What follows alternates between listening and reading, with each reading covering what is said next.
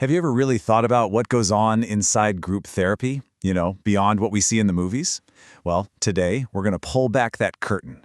We're diving deep into the surprising history of group counseling, the secret sauce that actually makes it work, and some of the wild psychological curveballs that pop up when you get a bunch of people together to heal. All right, let's get into it. I love this quote from Margaret Mead. And yet, it's usually about changing the world in a big, political way. But it also kind of perfectly captures the whole spirit of group therapy. Because while one group is out there trying to change the world, another small, committed group can completely change a single person's entire world, how they think, how they feel, their whole future. And that's really the big idea we're digging into today. So, here's the game plan. We'll kick things off with what even makes a group a group. Then, we'll hop in the time machine and meet the pioneers of this whole idea. After that, we'll break down the three main types of therapy groups, we'll look under the hood at how they actually work, and we'll wrap up with this really fascinating psychological twist called the risky shift phenomenon. Okay, first things first. Before we can even begin to talk about group therapy, we have to get a handle on the group part. What does that word even mean in this context? So here's the official definition. It really boils down to three things. You know who's in and who's out. There's this feeling of togetherness, and everybody is there for a common reason. Now that might sound super simple today, but you gotta remember, before the 1960s, therapy was almost always a one-on-one thing. The idea that a whole cluster of people could work together to create this powerful healing space, that was a total game changer. So how did we make that leap from those quiet, private, one-on-one sessions to a room full of people sharing their deepest struggles? Well, it definitely didn't happen overnight. It was a long journey built piece by some really incredible innovators. The whole concept of group therapy was kind of a quiet revolution at first. You could say it started way back in 1905 with a doctor named Joseph H. Pratt, who just wanted his tuberculosis patients to support each other. Then, in 1931, Jacob Moreno gives it an official name, group therapy. A few years after that, boom, Alcoholics Anonymous is founded, probably the most famous self-help group on the planet.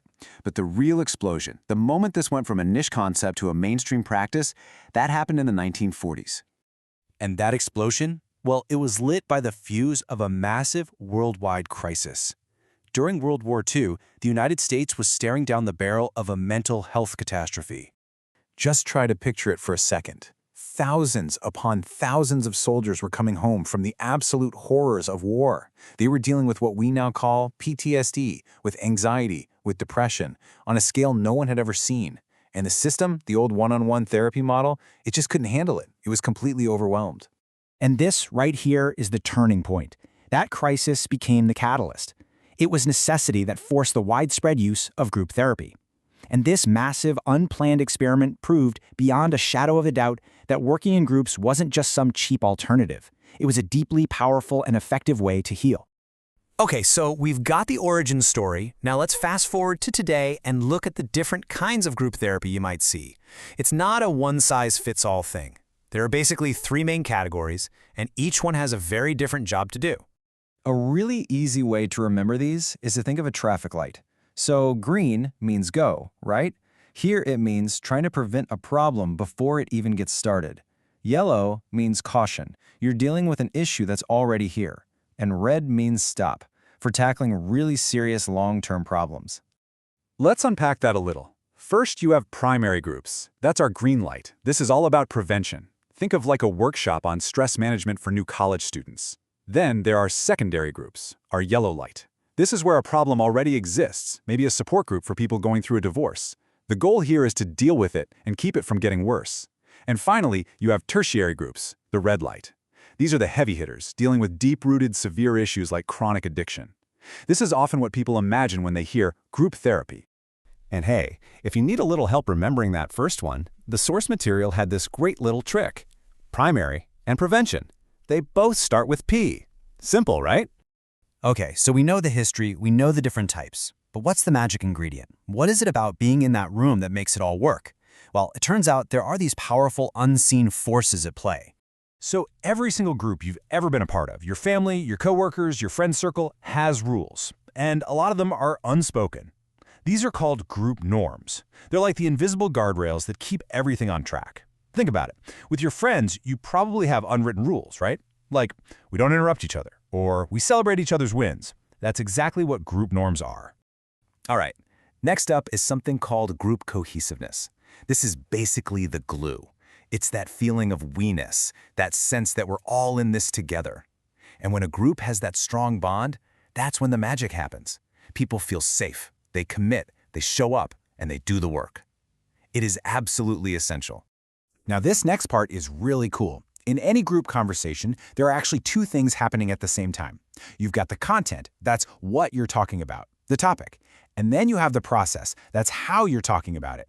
Who's talking a lot, who's quiet, what's the mood in the room. A great therapist pays attention to both, because so often the real breakthroughs happen in the process, not the content. And that brings us to our last stop on this tour. And honestly, it's a bit of a mind bender. It's a phenomenon that totally flips what most of us assume about how people behave in groups. So let me ask you a question. Do you think a group of people is more likely to make a safe, cautious decision than one person acting alone? I mean, it sounds right, doesn't it? Safety in numbers. Well, the research says, nope, not at all.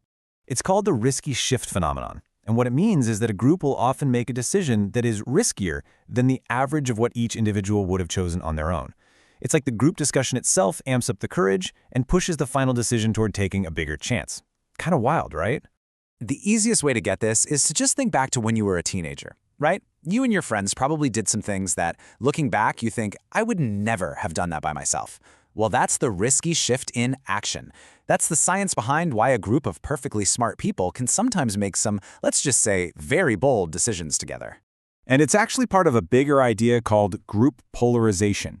This is when you get a group of people who already kind of agree on something, and after they talk it over, their views become even more extreme. So instead of finding a middle ground, the group discussion actually pushes everyone further out to the edge of that belief. So, let's wrap this all up. What did we find out today? We learned that group therapy wasn't just invented in a lab, it was forged in the real world out of pure necessity. We saw that groups come in different flavors, for prevention, for intervention, and for intensive care. We learned that their success hinges on those invisible forces, the norms, the cohesiveness, the process. And maybe the most surprising thing of all, we found out that just being in a group can actually make us bolder and more willing to take a risk. Which brings us right back to that Margaret Mead quote. If a small group can literally shift our perception of risk, what else can it shift? Can it change our core beliefs? Can it change our outlook on life? Can it change who we are? So I'll leave you with this to chew on. Think about the most powerful group you've ever been a part of, and what did it shift in you?